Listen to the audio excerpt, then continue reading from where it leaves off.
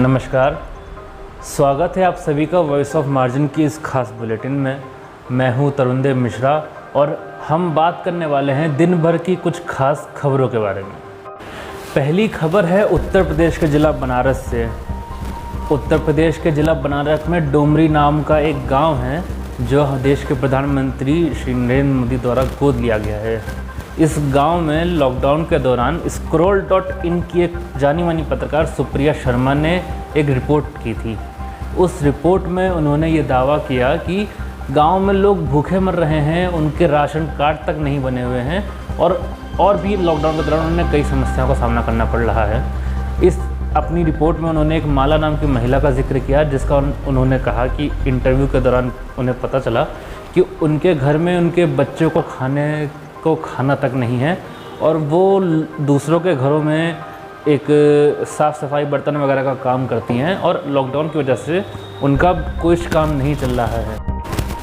अब 13 जून को Ramnagar police station में एक FIR माला के नाम से दर्ज होती है। उस शिकायत में ये कहा गया है कि सुप्रिया ने अपनी रिपोर्ट में माला के बारे में जो भी बातें कही हैं वो सरासर गलत हैं। वो ना तो भूखी मर रही हैं, ना ही उनके बच्चे भूखे मर रहे हैं और अपनी रिपोर्ट में ऐसी बातें कर उन्होंने उनका भी मजाक बनाया है और उनकी समाज का भी बेइज्जती करने का काम किया है। सुप्रिया के साथ ही scroll.in के एडिटर इन चीफ के नाम भी शिकायत दर्ज करवाई गई है। अब FIR के बाद scroll.in ने एक आधिकारिक बयान जारी किया है, जिस बयान में उनका कहना है कि सुप्रिया की रिपोर्ट में दिए गई सारी जानकारी एकदम सत्य है और इस तरह की FIR द्वारा सरकार लॉकडाउन के दौरान निष्पक्ष और स्वतंत्र पत्रकारिता और पत्रकारों को दबाने का काम कर रही है। इसी के साथ एडिटर्स गिल्ड ने भी यह कहा है कि इस प्रकार से सरकार अपने कानूनों का दुरुपयोग ना करे। लॉकडाउन की वजह से छात्रों को भी कई प्रकार की समस्याओं का सामना करना पड़ रहा है, खासकर उन छात्रों को जो छोटे छोटे गांव और शहरों से दिल्ली जैसे शहरों में अपनी पढ़ाई पूरी करने के उद्देश्य से आते हैं। जो विद्यार्थी दिल्ली जैसे शहरों में भारी भरकम किराया देकर PG या फिर कमरों में रहते हैं, उन सब छात्रों को लॉकडाउन जैसे समय में काफ़ी समस्याओं का सामना करना पड़ा।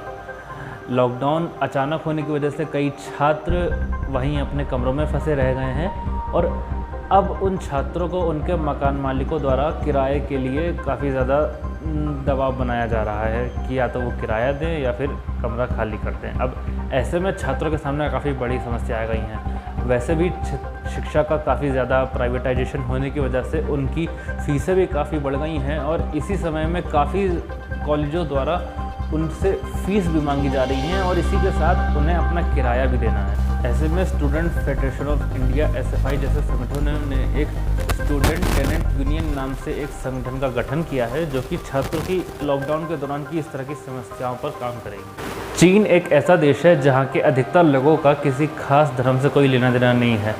चीन के आधिकारिक क्षेत्र यानी कि शीजिनयांग में उइगर मुस्लिम नाम की आबादी काफ़ी ज़्यादा संख्या में रहती है। चीन सरकार द्वारा इस आबादी पर काफ़ी कड़ी तरीके से नज़र रखी जा रही है। चीन सरकार का मानना है कि इस आबादी के लोगों की, इन मुसलमानों की संख्या निरंतर बढ़ रही है और उसको डर है कि अगर ये लोग ज़्यादा बढ़ेंगे तो इससे इस्लाम का प्रचार उनके देश में बढ़ेगा और आतंकवाद को जन्म देगा। चीन ने इस जाति के लिए इतने कठिन नियम बनाए हैं कि इन्हें अपनी मर्जी से कुछ भी नहीं करने दिया जाता है। ना ही इन मुसलमानों को रोज़ा रखने दिया जाता है, ना ही इन मुसलमानों को नमाज़ पढ़ने दिया जाता है, ना ही इन मुसलमानों को कुरान पढ़ने दी जाती है। इसके अलावा इन पर इतनी कड़ी निगरानी रखी जाती है कि जहाँ भी ये लोग रहते हैं वहाँ पूरे में कैमरे से इन पर नज़र रखी जाती है। इन्हें कहीं भी अपनी मर्ज़ी से घूमने की इजाज़त नहीं है। इन्हें कहीं भी घूमने के लिए पहले सरकार से अनुमति लेनी होती है। इसके अलावा उन्हें कोई भी सामान खरीदने की भी छूट नहीं है। वो जो भी सामान खरीदते हैं उन्हें उसकी पहले जांच करवानी पड़ती है। इनके साथ इतना भेदभाव किया जाता है कि इन्हें अपनी मर्ज़ी से रोज़गार या फिर नौकरी भी करने नहीं दी जाती है। चीन की पुलिस ने एक 100 नंबर का नियम भी बनाया है। इस नियम के अनुसार 15 से 55 साल के जितने भी उइगर मुसलमान हैं वो अगर इस्लामिक शिक्षा ग्रहण करते हैं तो उनके 10 पॉइंट काट लिए जाते हैं और इसी पॉइंटों के आधार पर यह निर्धारित किया जाता है कि कौन मुस्लिम कितना ज़्यादा सुरक्षा के दायरे में है और कौन कितना ज़्यादा ख़तरनाक है। यही नहीं, इन्हीं पॉइंटों के आधार पर यह भी तय किया जाता है कि किस मुस्लिम को कितनी सुविधाओं से वंचित रखना है और किसे घूमने की इजाज़त देनी है। तेलंगाना के गदवल ज़िले के कलुकुंतला गांव से एक ऑनर किलिंग का मामला सामने आया है। इस गांव में एक माता पिता ने आंध्र प्रदेश के कॉलेज में पढ़ने वाली अपनी लड़की के घर आने पर उसका कत्ल कर दिया। कत्ल की वजह थी लड़की का दूसरी जाति के व्यक्ति के साथ प्रेम प्रसंग। जब लॉकडाउन होने पर लड़की अपने गांव वापस आई तो घर वालों को पता चला कि उनकी बेटी गर्भवती है। ये पता चलने के बाद उन्होंने उसका गर्भपात कराने की कोशिश की, लेकिन लड़की के बार बार मना करने के बाद जब वो नहीं मानी तब उन्होंने अपनी बेटी को एक कमरे में कैद कर दिया और लोगों से कह दिया कि वो बीमार है। फिर कुछ दिनों बाद जब वो नहीं मानी, फिर उसके माता पिता ने ही अपनी बेटी का कत्ल कर दिया और लोगों से कहा कि बीमारी के कारण उसकी मृत्यु हो गई है। जब वो अपनी बेटी का अंतिम संस्कार करने जा रहे थे तब शक होने पर किसी गांव वाले ने पुलिस को खबर कर दी। फिर पुलिस ने सरपंच की मदद से अंतिम संस्कार रुकवाया और बॉडी को पोस्टमार्टम के लिए भेज दिया गया। पोस्टमार्टम का पता चला कि उसकी मृत्यु बीमारी से नहीं हुई बल्कि उसका कत्ल किया गया है। इसके बाद माता पिता से सख्ती से पूछताछ करने पर उन्होंने खुद अपने मुंह से उसकी हत्या की बात कबूली।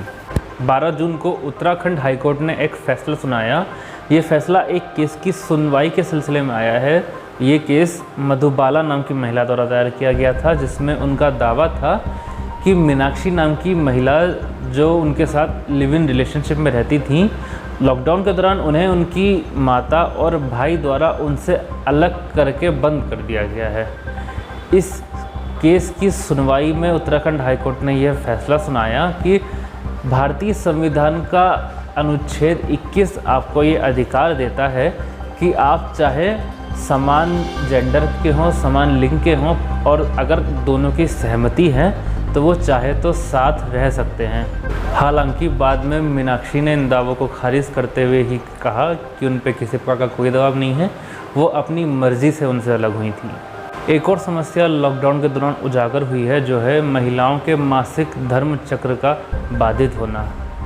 दुनिया में अधिकतर लोग लॉकडाउन के दौरान चिंता, पैनिक अटैक, तनाव और अवसाद जैसी चीज़ों से ग्रसित हो रहे हैं। दुनिया भर में महिलाओं ने अपने मासिक धर्म चक्र के दौरान के अपने अनुभवों को साझा किया है। डॉक्टर अनीता मिश्रा, जो कि ब्रिटेन में राष्ट्रीय स्वास्थ्य सेवा यानी नेशनल हेल्थ सर्विस के साथ स्त्री रोग विशेषज्ञ के तौर पर काम करती हैं, उनने एक सर्वेक्षण में यह बताया कि 65% महिलाओं को अपने समय के दौरान या तो भारी प्रवाह, अनियमितता या तीव्र ऐंठन का अनुभव होता है। प्रेक्टो जैसे ऑनलाइन ऐप में काफ़ी भारी संख्या में महिलाएं गायकोनोलॉजिस्ट को ढूंढती हुई और उनसे बात करती हुई सामने आई हैं। डॉक्टर सारा टोलर, जो लॉस एंजलिस में डॉक्टर ऑफ नर्सिंग प्रैक्टिस है, उन्होंने कहा है कि एक्सेस रिलीज ऑफ कोर्टिसोल, जिसे हम सामान्यतः स्ट्रेस हार्मोन के रूप में जानते हैं, वो सामान्य स्तर के रिप्रोडक्टिव हार्मोन को दबाने का काम करता है, जो अब नॉर्मल यानी असामान्य ओवुलेशन को